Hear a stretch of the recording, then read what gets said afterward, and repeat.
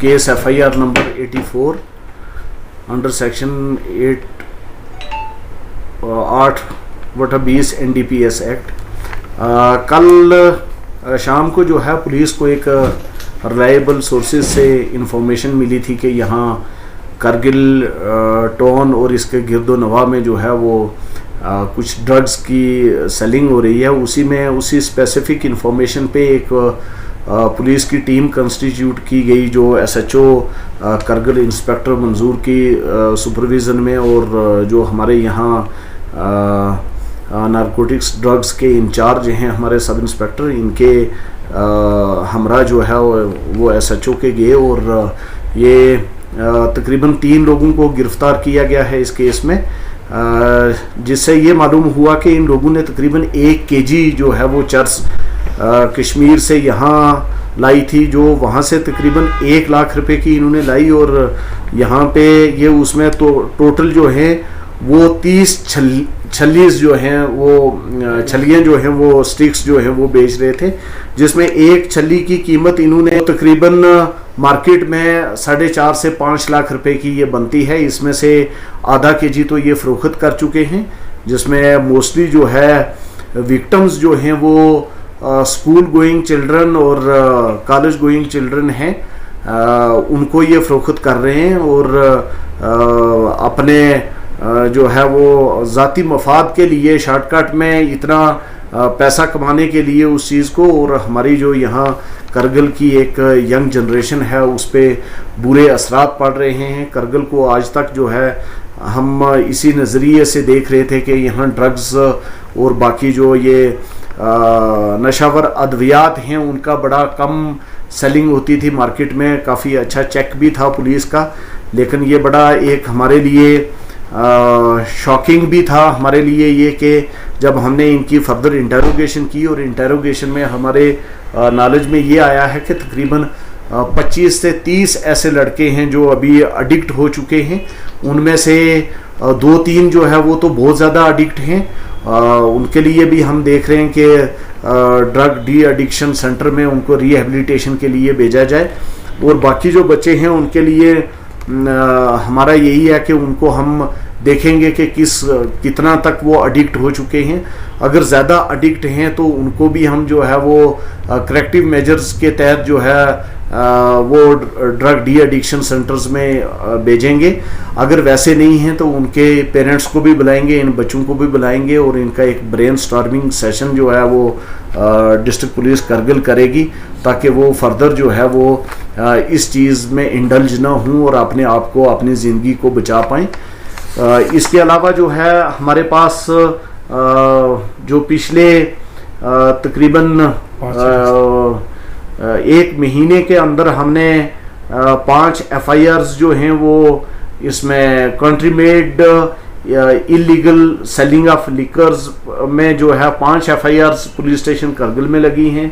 और उसके अलावा NDPS में हमारे पास जो है वो एक ऑलरेडी एक FIR जो है वो पहले भी लग चुकी है। तो टोटल मिला के 3 FIRs हमारे पास NDPS में करगिल में लगी हैं और पुलिस स्टेशन करगिल की जुरिस्डिक्शन में, और 5 FIRs जो हैं वो लिकर सेलिंग में, जो उसमें भी विक्टिम्स जो हैं मोस्टली करगिल के ही लोग जो हैं वो पाए गए हैं, उनके लिए भी हमने करेक्टिव मेजर्स लिए हैं। इन एडिशन टू दिस हमारे पास द्रास में जो है वो भी एक नॉन लोकल जो है वो चंचल कुमार दास झारखंड का था, उससे भी हमने BRO में यहाँ वो एज अ मेट काम कर रहा था, और उससे भी कोई तकरीबन 236 ग्राम चरस जो है वो रिकवर हुई, और वो भी अगेन जो है यहाँ के लोकल रेजिडेंट्स के लिए और बाकी जो बाहर से लेबरर्स आते हैं उनमें वो फरोख्त करता था, और जो है उसको भी FIR number 31/2022 police station Dras में जो है उसको हमने अरेस्ट किया, और उसके अलावा द्रास में एक और हमने FIR लगाई है जो कंट्री मेड लिकर की है तकरीबन, वो भी वहाँ पे भी जो है द्रास और करगिल के इन पुलिस स्टेशंस में ये मिला जुला कर टोटल जो है वो 10 FIRs जो हैं वो ड्रग्स और लिकर के रिलेटेड जो हैं वो लग चुकी हैं। सर, पुलिस की तरफ से ड्रग्स और जिस तरह से लिकर की इलीगल जो सेलिंग कर उसको रोकने के लिए बड़ा इनिशिएटिव यकीनन देखने को मिल रहा है, बड़ा कामयाबी भी है। तो आने वाले वक्त में इसके ऊपर चेक एंड बैलेंस रखने के लिए पुलिस की किस तरह की और कार्रवाई हमें देखने को मिल सकता है? देखें, इसमें जैसे हम इसकी एनालिसिस जो है वो इन सभी केसेस में हम एनालिसिस कर रहे हैं। जो भी ड्रग सेलिंग यहाँ कर रहे थे, जो लोग हमने पकड़े इन द रिसेंट पास्ट, उसमें हम उनकी जो है वो एनालिसिस कर रहे हैं, वो टेक्निकल एनालिसिस कर रहे हैं, सीडीआर एनालिसिस कर रहे हैं। उसमें मोडस ऑपरेंडी जो है वो तकरीबन मैं अभी तो शेयर नहीं कर सकता आपके साथ, but we are working on it के अगले कुछ चंद दिनों में जो है और अरेस्ट जो हैं वो एक्सपेक्टेड हैं। वो चाहे वैली बेस्ड जो लोग हैं जो ड्रग स्मगलिंग में इन्वॉल्व हैं उनके खिलाफ भी एक्शन लिया जाएगा, और जो यहाँ के लोकल हैं जो इस हमारी यंग जनरेशन को बर्बाद कर रहे हैं तो उनके खिलाफ भी हमारी इन्वेस्टिगेशन चल रही है, फर्दर इंटेरोगेशन चल रही है। उसका एनालिसिस जो है टेक्निकल एनालिसिस चल रहा है, और होपफुली जो है और हमें फ्यूचर में इसमें जो है वो सक्सेस मिलने की उम्मीद है। सर, वादी से जो ड्रग्स अभी आपने कहा 1 किलोग्राम के करीब आप लोगों ने बरामद किया, तो क्या इसमें वादी के लोग भी शामिल हैं कश्मीर से, या यहाँ के बराह रास्त यहाँ के ही बंदे हैं? वहाँ से जो श्रीनगर से जो माल आता है गाड़ियों में, तो मीना मार्ग वगैरह पे क्या वहाँ पे चेकिंग वगैरह का कोई सिस्टम होगा आएगा? बिल्कुल, इसमें हम already we are on it, हम इस पे काम कर रहे हैं। हमारे ड्रग्स के रिलेटेड जो हमारे पास एनालिसिस चल रहा है, जो टेक्निकल एनालिसिस जो है उसके ही बेसिस पे जो है, या स्पेसिफिक इंफॉर्मेशन जो हमें कहीं रिलायबल सोर्सेज से आती है उसमें कर सकते हैं। बाकी मीना मार्ग में इतना तो बहुत मुश्किल है कि अगर ट्रक में कहीं किसी ने, जब तक कि हमारे पास कोई स्पेसिफिक इंफॉर्मेशन ना हो तो वो लेकर आए, तो उसको चेक करना जो है वो नाहित मुश्किल है। क्योंकि अभी जो गर्मियों के सीज़न में काफ़ी सारे ट्रक्स जो लेह की तरफ जाते हैं तो या यहाँ से मनाली की तरफ भी निकल जाते हैं, तो उनमें चेक करना बहुत ही मुश्किल है, बहुत ही चैलेंजिंग है हमारे लिए। बट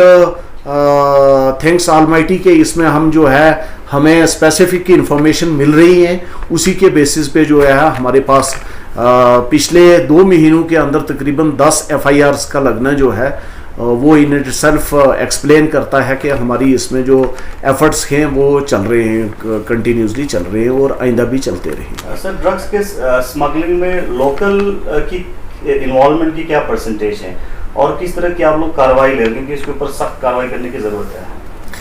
इसमें देखें, लोकल्स में आज तो हमें जो ये लड़के जो आज पकड़े गए हैं ये तो तीनों लोकल्स हैं। इसके अलावा नॉन लोकल्स भी हैं जो झारखंड या हिमाचल या इस रास्ते से स्मगलिंग करते हैं। सो फार हमें इतने बड़े कंज्यूमर्स तो नहीं मिले हैं कि